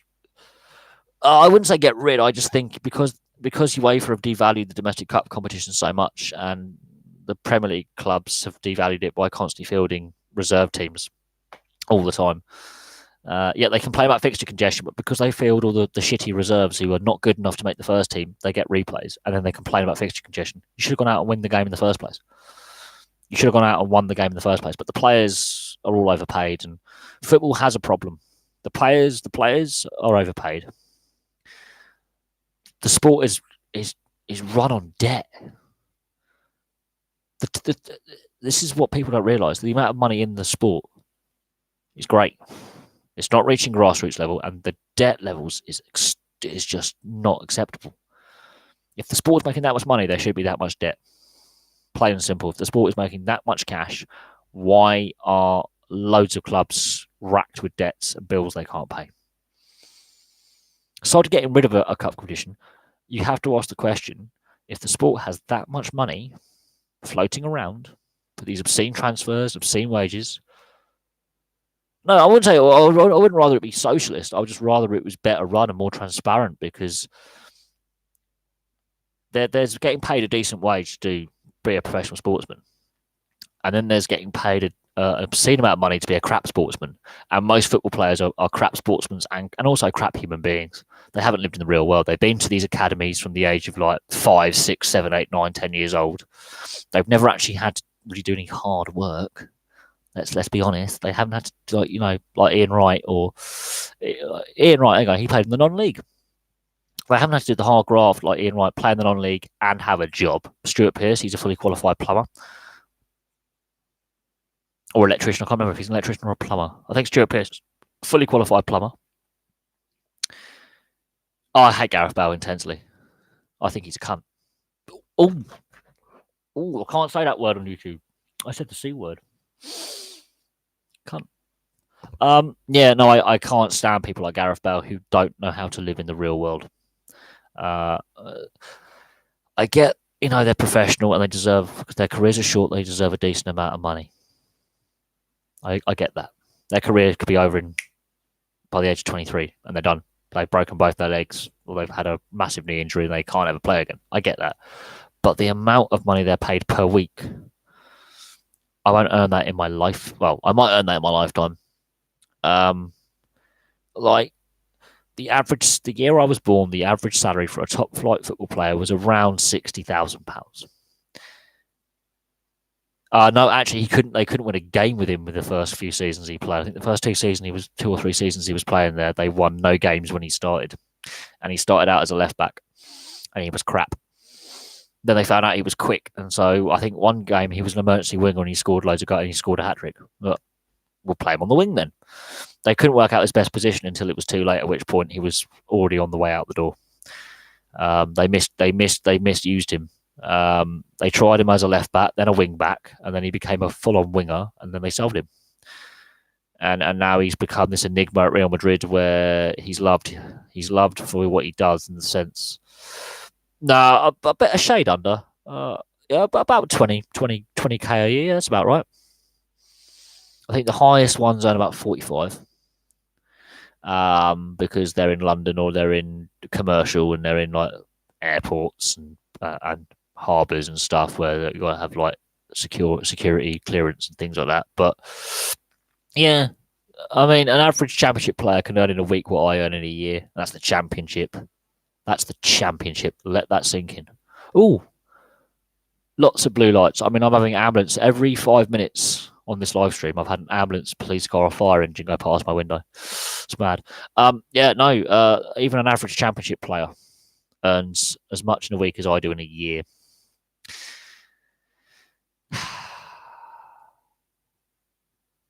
Yeah, absolutely. You look at how much actual people, like people who have real jobs, and I say that with a bit of stinging sarcasm, but people actually work, hard, manual labour, teaching, public services, the army. An average championship player or a crap Premier League player who's on a decent contract. So Danny Rose, there you go, is a crap Premier League player. Yeah, I don't rate Danny Rose as a player. He earns 50 grand a week, and he's complaining that's not enough. He earns double in a week. He earns in a week, which is double what I earn in a year. He earns 2 years worth of salary for me in a week, and he's complaining he can't live on that kind of money. That's where I've fallen out of love with football. The players are overpaid massively. If he was to earn 100, 200 grand, 300 grand a year, I can accept that. A year.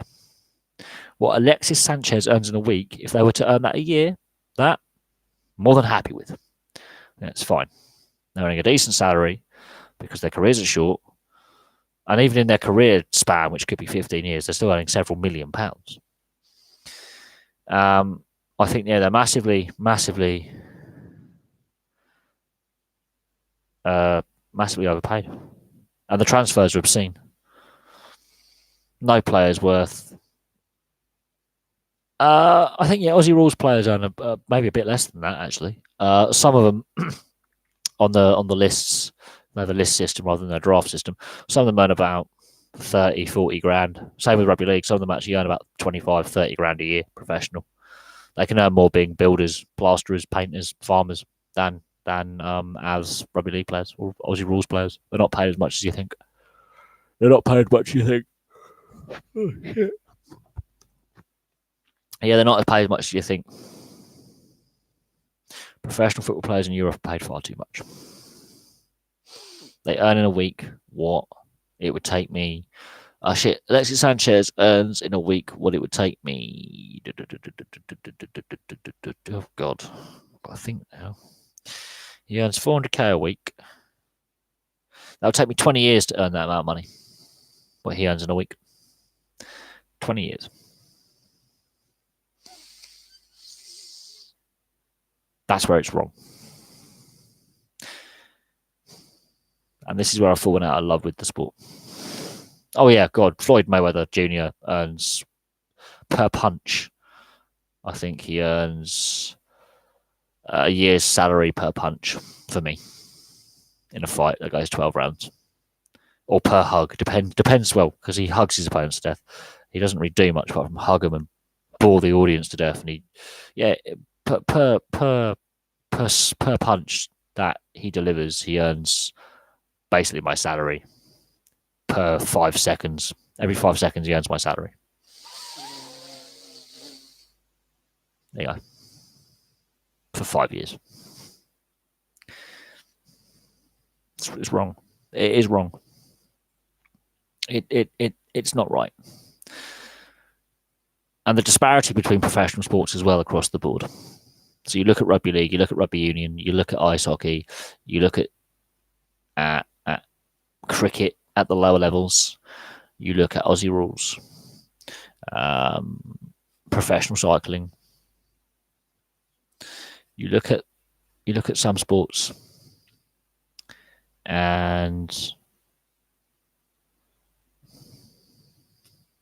what else can you say? What else can you say? Honestly, what else can you say apart from European football, the NBA, some NFL players? They're earning too much money, more than they could ever need, and I'm just going to leave that at that, really, because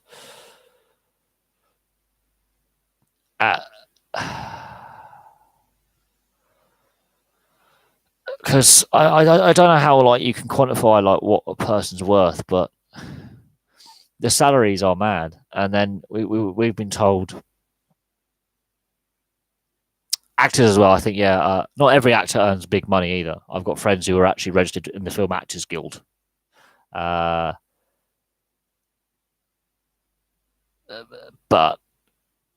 they also earn too much for things. And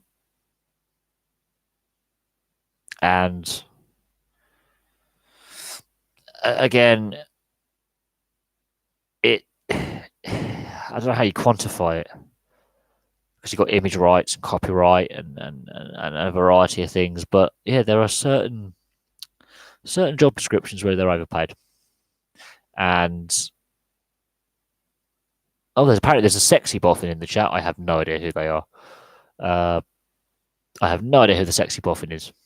Probably someone of my mates pissing about, and they've made a fake profile just to annoy me. Please tell me that's a mate who's just trolling me. Because if it's a friend actually trolling me, I'll give them that. Inventive. Who is it? That can't be. That can't be Jess Holly, surely? Oh, that's gonna be. I think I have an idea who that is as well. That's gonna be annoying if I think who it is. God, if it's my ex, I'll be really surprised because she hates sport. But it's someone. It is someone. I am checking out who it is.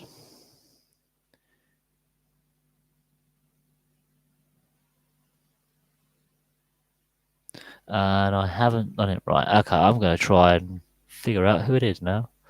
I have a rough idea, but I don't know. I don't have a clue. Let's have a quick gander at who it is. I am wondering who, actually, yes. But I can't find them. Oh well, they've hidden themselves very well. I am wondering who it is, but at the same time, I don't really. It is what it is. But the annoying thing is, if it is that troll again, they've been very inventive this time. Very inventive. Oh, they get inventive. Really, they really do. They really do. Just gonna give you some moderator powers there. If it is who I think it is, then we shall see. But I'd sort of recognise the face, but we'll figure out We'll figure out. If it's that troll again, they've been very inventive. They've been very quiet for a couple of weeks. But they're getting inventive now. They are getting inventive. I mean, I'll give them that. They're persistent. They've been doing it for 2 years. Oh yeah, whoever the troll is, they've been very, very persistent for 2 years. It's actually getting kind of funny now that they're that sad and lonely that all they're doing is increasing the view count on my channel, which gets me closer to monetization. So I really appreciate that because it creates traffic. So I've worked out the algorithm. You see. And what's funny is every time this troll turns up, same person, and I have a little inkling who it is. Every time they turn up,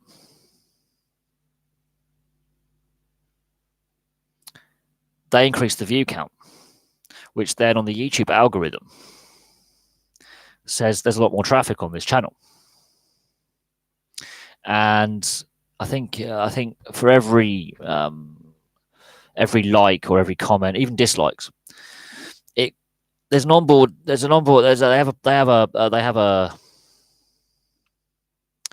an algorithm which is just a silly. Probably. Oh no, but they've been trolling me before I was at the job I'm at now, so it's fine. I'm just gonna figure out who this. Yes, I did, because you seem to turn up every time, and I haven't even discussed the NBA tonight, and you keep bugging me to discuss the NBA. So I'm just going to turn. Oh, what? Yeah, I'm going to turn my volume out on that one, and I'm going to figure out who this is. I have no idea who this is, but they have no content, so it doesn't really matter. Am I bugging you? Oh, bless. Well, here's the thing. You've got to stop bugging me. Let's go back to my channel. But I just find it funny that whoever keeps trolling, they're very inventive. Very inventive. Because all they're doing is making themselves look really stupid, to be honest, and sad and lonely, because they've devoted so much. Oh, the NBA thing. Yeah. While we're discussing the NBA thing, I know the Lakers cancelled their match afterwards, and they called it off, and they cancelled it, and they postponed it, and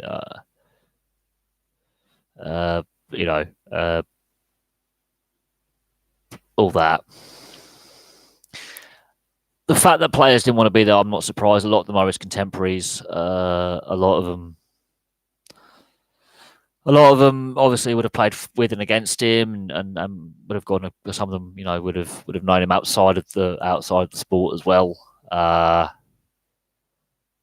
And yeah, I think it's one of them. He's been out of the sport for what, 4 years, and it had a big impact. But I, as I say, I'm not a big fan of the NBA myself personally, but I do know that the Lakers automatically, as soon as their next game was due, they cancelled the game and just decided that's it really. And it is it's a shame what's happened, and I've said, until we have the full details of what caused the accident and why 9 people lost their lives, there's no point in speculating about things. LA Dodgers.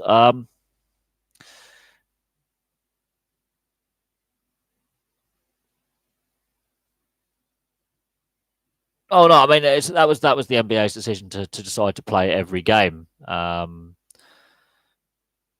The NBA decided to basically to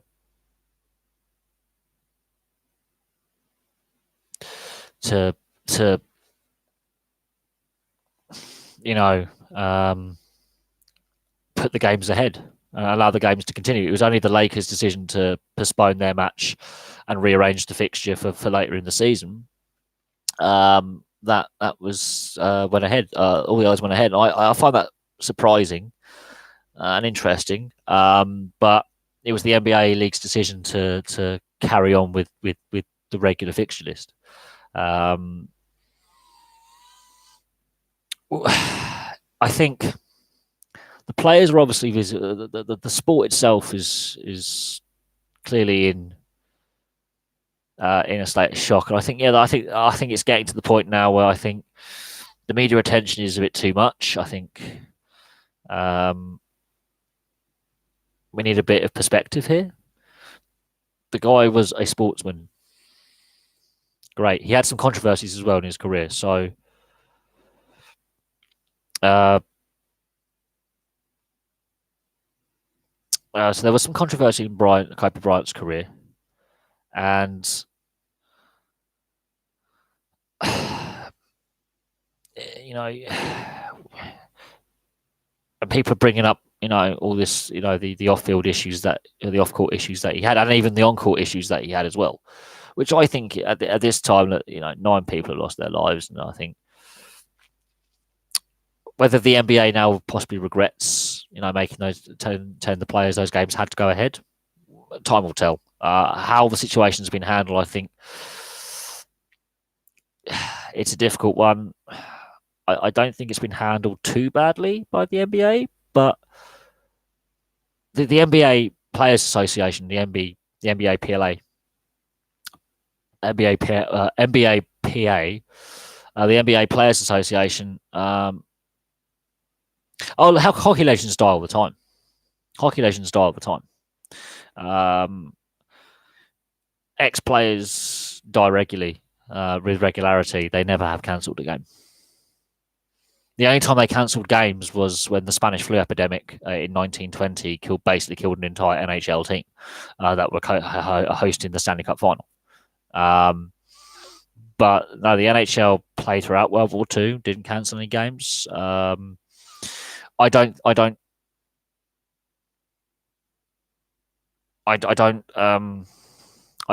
think the NHL would cancel a game. They didn't cancel a game when Gordie Howe died a couple of years ago. He died, I think, 3 years ago, and he was, I think, just turned 90 or something. They didn't the Detroit Red Wings didn't cancel their game. They kept playing.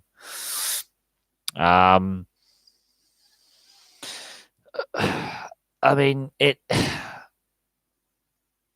I think because Kobe Bryant's only recently retired that it's hit home, but they didn't cancel games when Derek Boogaard died. They didn't cancel games when Rick Ripon and Wade Belak died because they weren't star players, but at the same time, they were still active players when they passed away. They didn't cancel any games.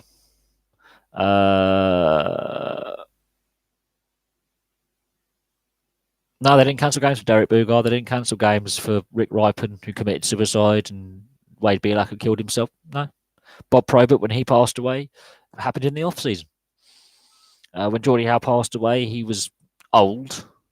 And again, the sport continued. They honoured his memory with tributes and stuff, but they play games.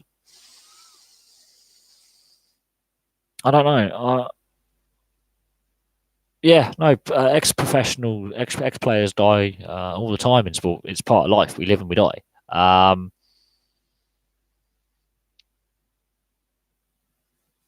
There's no avoiding it. It's a question of how we meet the maker rather than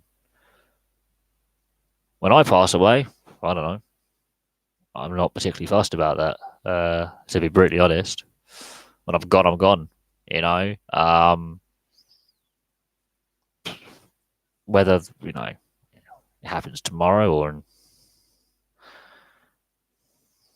or in 30, 40, 50 years time, it doesn't matter. It's what you do in the moment that's important, and how you conduct yourself in the moment. I mean,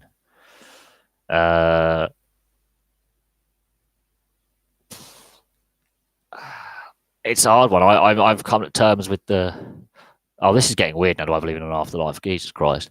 Uh, how is this sport related? Just a question. How is this sport related? If David Beckham died, I don't see Man United cancelling the game. I mean, look, I mean, when Osgood died at Chelsea, just had a memorial on the big screen they played on, minutes applause or minutes silence. That's what they do. I think the only time games have been cancelled was after 9/11. I know all the professional leagues in North America basically cancelled their games for like 2 weeks after 9/11, 2001. Yeah, after 9/11, they cancelled. The NFL had just started. I think it was the week 1 or week 2 of the NFL season, and they cancelled the games. Um, but no, I can't see them. The LA Lakers obviously were as an organisation.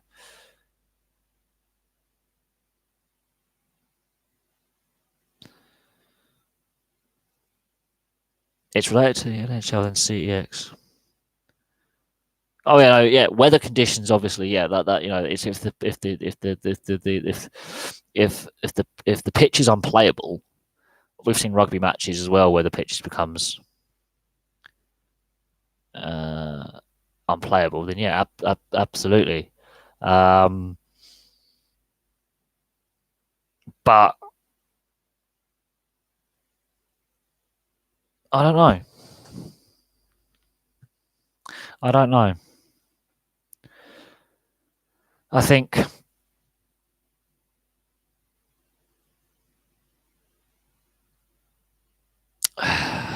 when it comes to safety reasons, yeah. I mean, I remember an ice hockey game getting cancelled because of the weather, and that's inside the building. A winter sport cancelled by snow. That was quite funny. That was quite a funny one. But no, I think when an ex sports star passes away, I think the best memorial to them is not to cancel the game or the event, but to carry on. Um, and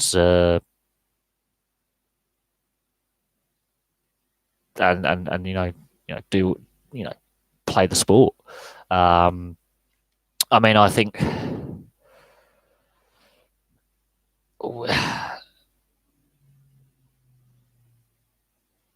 my god, who is this? Who is this troll?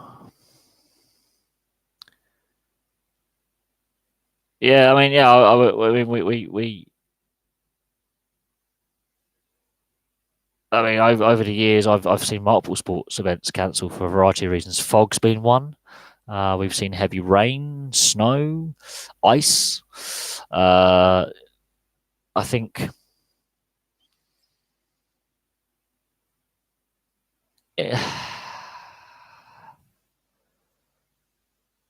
it's an interesting one. Like, um, fan and player safety is an important one, but I don't. Football games under the lights actually at the best in the fog. If you know, yeah, yeah, it becomes more of a fan safety thing, like getting to and from the ground. I think that for me is where that comes into play. I mean, who is this troll? I'm trying to work out who this fucking idiot is. Sexy muffin. Jesus Christ. But no, it's yeah. When you come to fan safety, when you've got a large number of people, yeah, fog for travel is uh, is a nightmare, absolute nightmare, because you can't guarantee travel being safe. But no, there's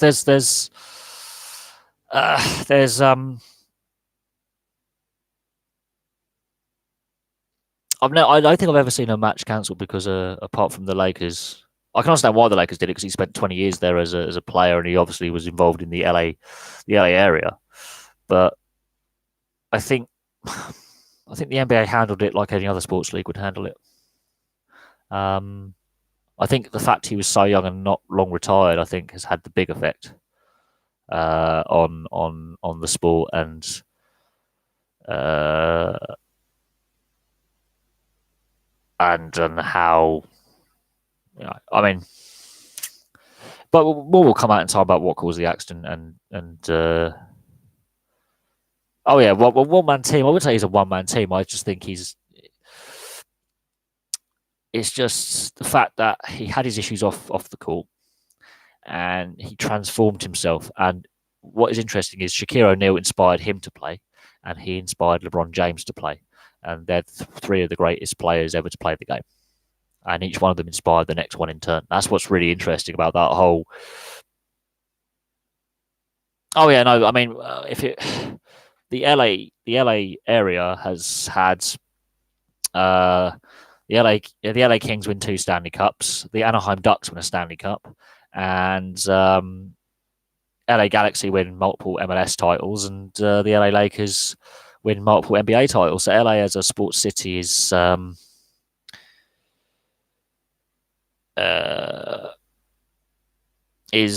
successful, is in the last 2 decades has been massively successful in North American sport, massively successful. The amount of silverware, trophies, and titles, and what's been won, in LA by sports teams is phenomenal. In the LA metropolitan area, the fact that right now the teams aren't very good is another thing entirely. But the amount of trophies and championships won by teams based in and around Los Angeles County and in that city is just insane. And he was part of one of the most dominant teams in NBA history with 5 titles. Could he have won more? Possibly. But then you could ask the question: could have the Edmonton Oilers won more had Wayne Gretzky stayed instead of gone to LA? You could have asked the question: could have Pittsburgh Penguins won more had Mario Lemieux stayed fit and the team not had financial problems? You could have argued that could Alex Ferguson have won more trophies at Man United? Or Arsene Wenger. I mean, why did the success stop? When did the team go from being really successful under Wenger and Ferguson to being less successful? You look at those 2 teams and how they're not successful now when they were successful before.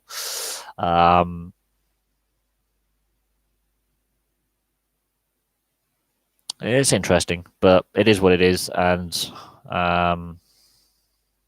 well, you can only now that his career is over, people can judge him on his career, but unfortunately, you can't ask the questions you want to ask about. Do you wish you played that extra season? Do you wish, because he's not here to answer them.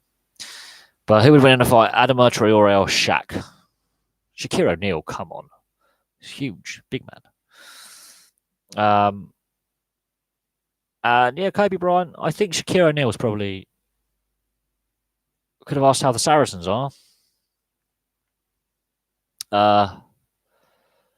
Saracens. Oh, they've had a further points deduction, haven't they? Yeah. Saracens are well and truly relegated from the Gallagher Premiership. Well and truly relegated. Magic Johnson, yeah, no. Michael Jordan.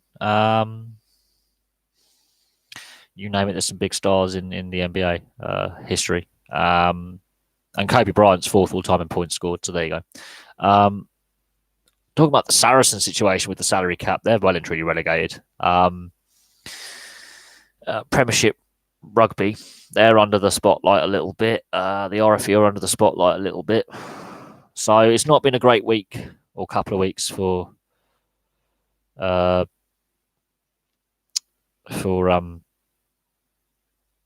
rugby union or rugby league with all the negative headlines. Oh yeah, Steph Curry. No, it isn't his real name. No, he did change his name. It's not his real name. It's not his birth name. He changed it by deed poll. Right, it's 9:30. Oh, what's the time? Yeah, it's 9:30. I'm going to call it a night because I've got to be up for work at 4 a.m. and I've got to rearrange my flat for these bloody builders that are coming in tomorrow. WWE. Yeah, WWE. Yeah, there's. Yeah, this live stream was just dragged on and I'm tired. I was only going to stay on for an hour and I've stayed on for an hour and about 2 hours. So I'm going to call it a night. Anyway, I shall catch you guys.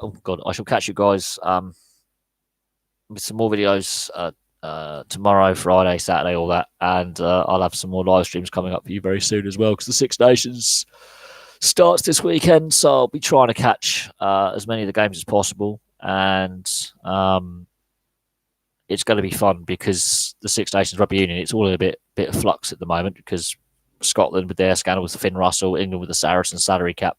So it all makes it really interesting what's going to happen over the next couple of months. But I'm going to go now. Thank you very much for watching. Place your thoughts below, and I'll have some more videos for you very, very soon. I'm not happy with